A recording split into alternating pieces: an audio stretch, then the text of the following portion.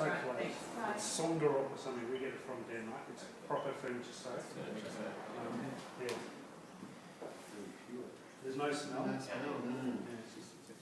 so I've had a lot of people, especially in Melbourne, they'll ring up and go, "Oh, I've used Lux soap." Yeah. Chair, and now it smells. Yeah, and unfortunately you can't get rid of that smell. It's the perfume.